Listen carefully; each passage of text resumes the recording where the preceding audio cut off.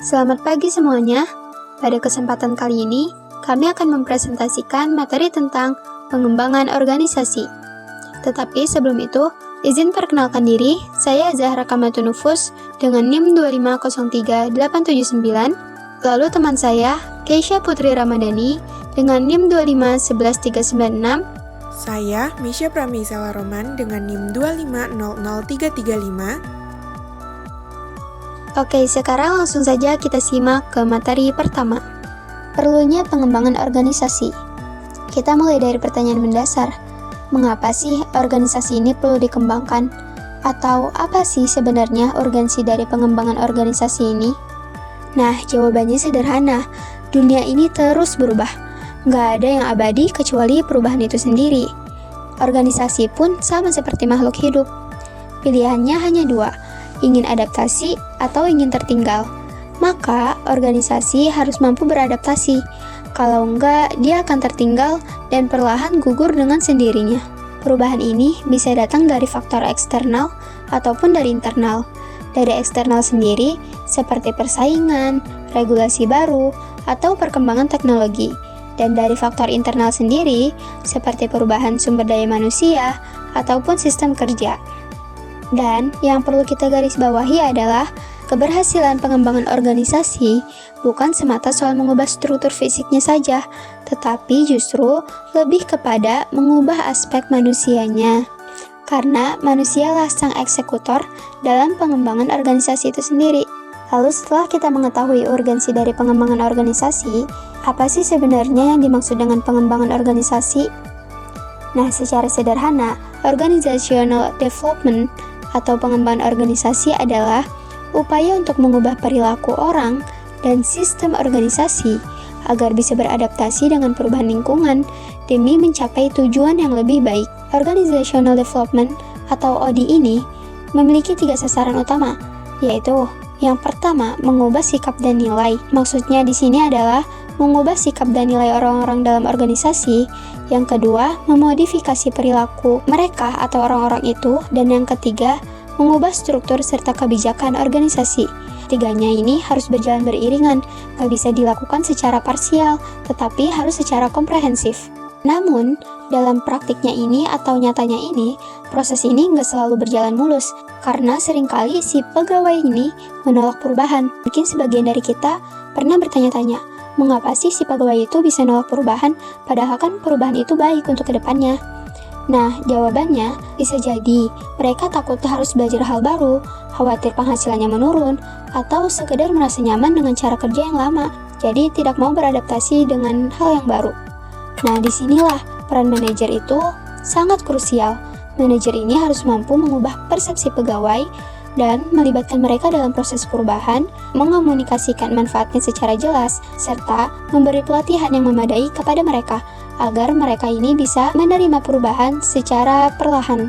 Intinya, perubahan ini harus memperhatikan aspek-aspek manusiawi, karena perubahan yang mengabaikan aspek manusia hampir pasti menemui penolakan dari mereka.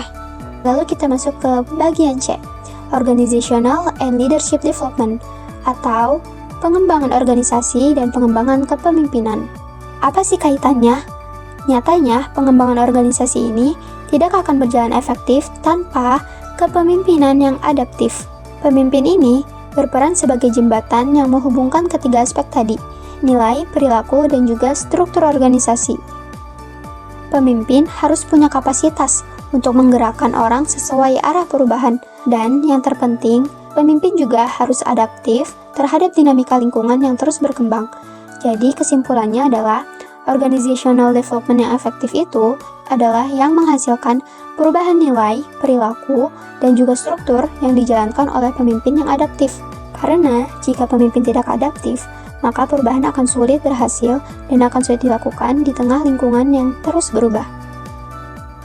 Selanjutnya adalah pengembangan organisasi dan pengembangan latihan. Pengembangan organisasi merupakan proses untuk merespon perubahan lingkungan yang bersifat dinamis.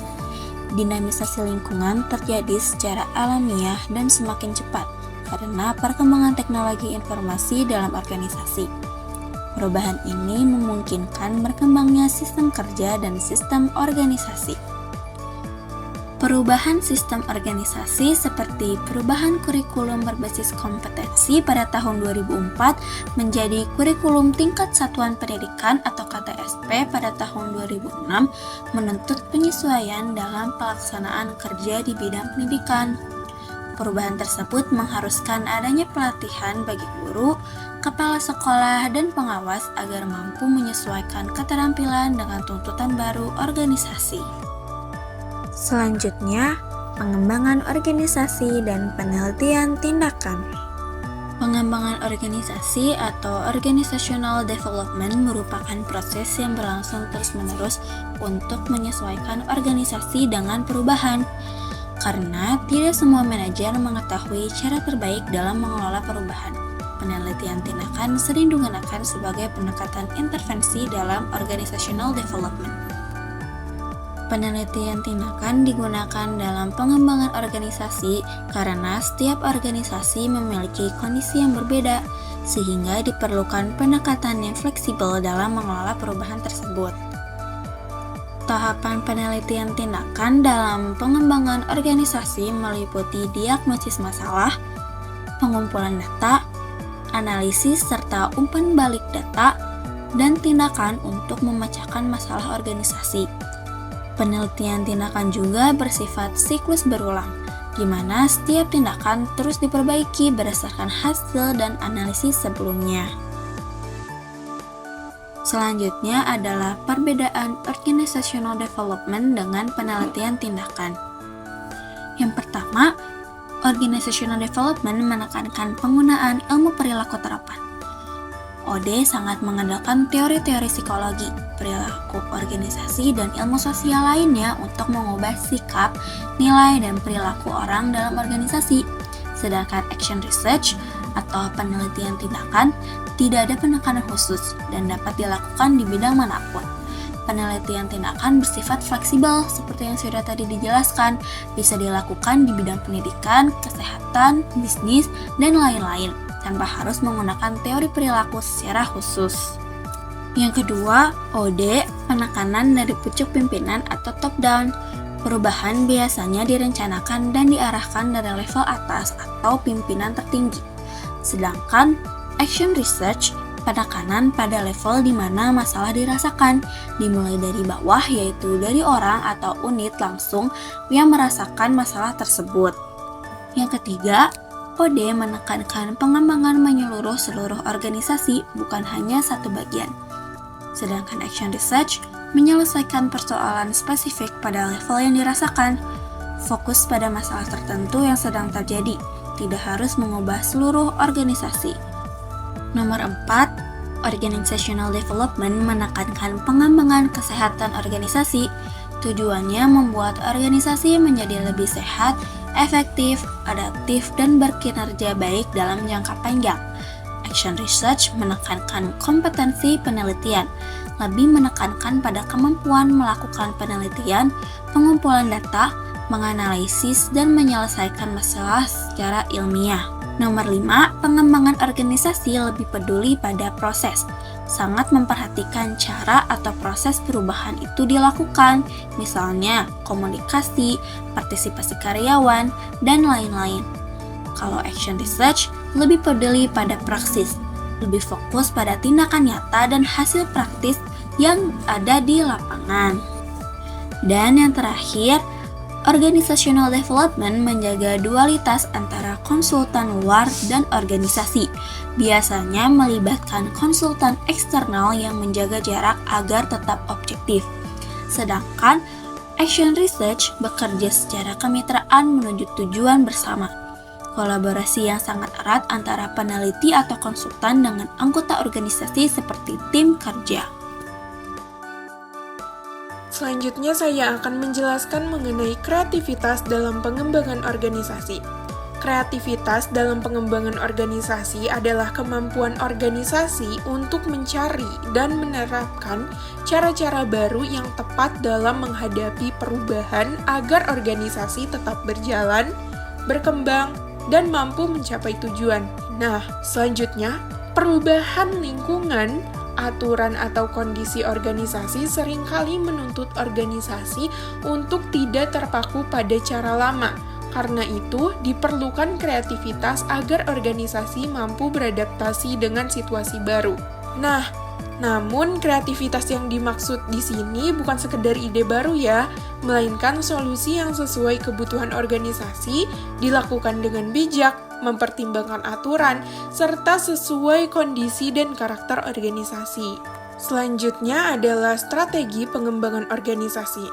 Nah, strategi dalam pengembangan organisasi yang dimaksud adalah cara atau langkah yang digunakan organisasi agar organisasi bisa berkembang dan mampu menyelesaikan masalah dengan tepat. Pengembangan organisasi akan cenderung gagal jika tidak menggunakan strategi yang tepat. Artinya, organisasi tidak bisa berkembang hanya dengan bekerja biasa saja, tetapi harus memiliki strategi yang sesuai dengan kondisi dan kebutuhan organisasi. Nah, di sini ada strategi pengembangan organisasi menurut Edward A. Lawler. Yang pertama adalah mission atau misi organisasi. Maksudnya yaitu setiap organisasi harus memiliki arah dan tujuan yang jelas agar seluruh kegiatan organisasi dapat berjalan secara terarah. Misi menjadi pedoman bagi anggota organisasi dalam bekerja, mengambil keputusan, dan menentukan langkah yang akan dilakukan sehingga organisasi tidak berjalan tanpa tujuan.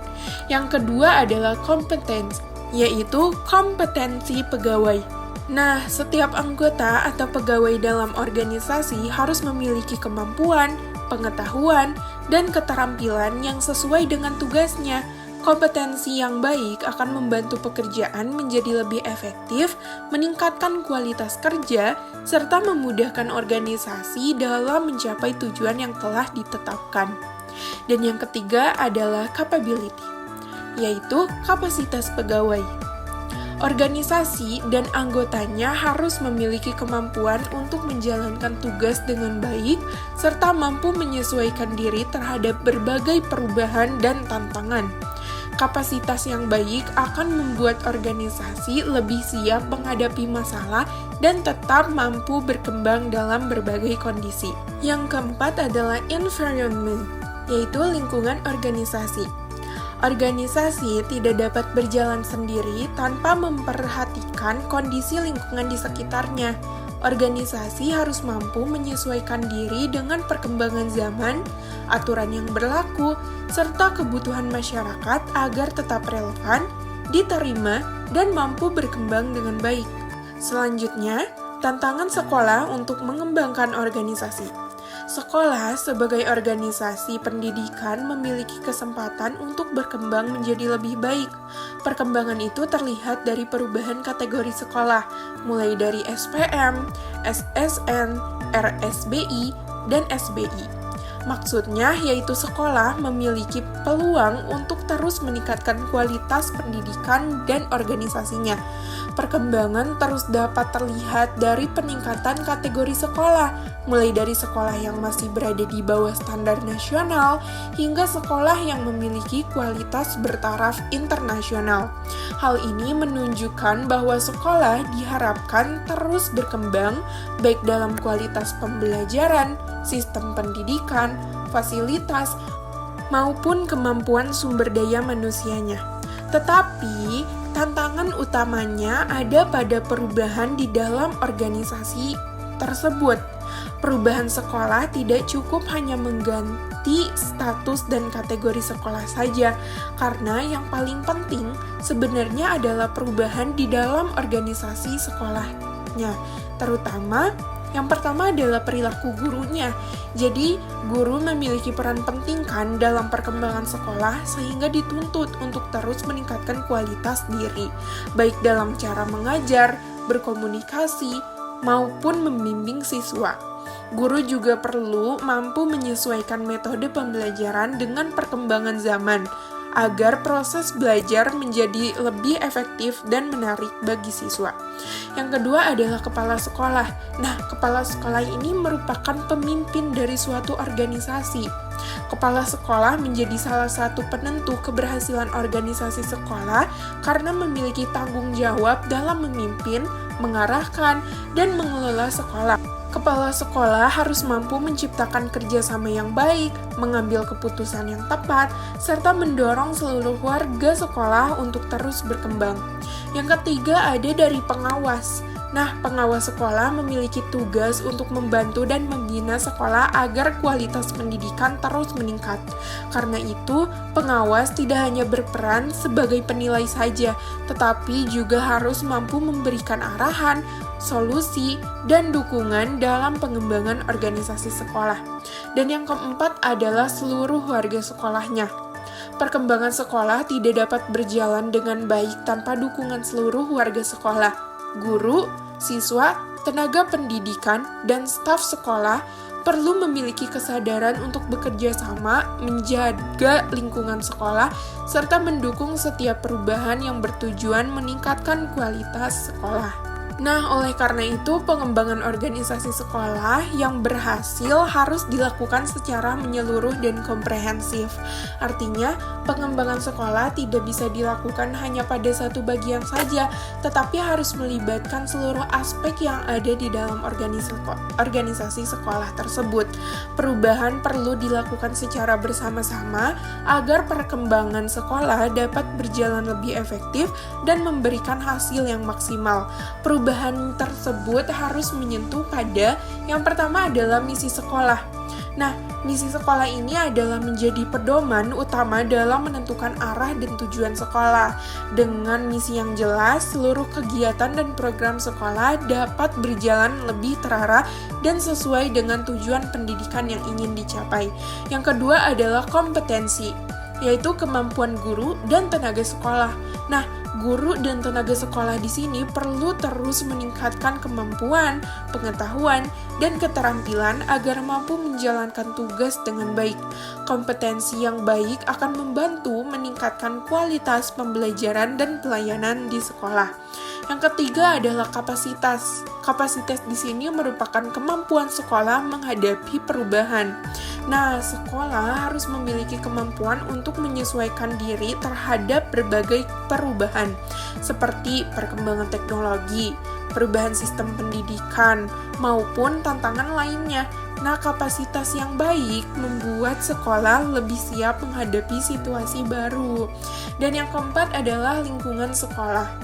Nah, yang dimaksud dari lingkungan sekolah yaitu budaya dan kondisi organisasi. Lingkungan sekolah yang positif akan mendukung proses pengembangan organisasi. Budaya kerjasama, disiplin, komunikasi yang baik, dan suasana sekolah yang nyaman dapat membantu menciptakan organisasi sekolah yang lebih baik dan berkembang.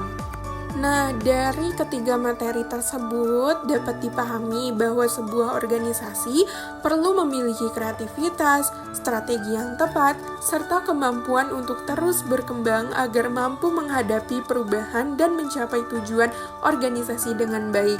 Selanjutnya, kami serahkan kembali kepada moderator.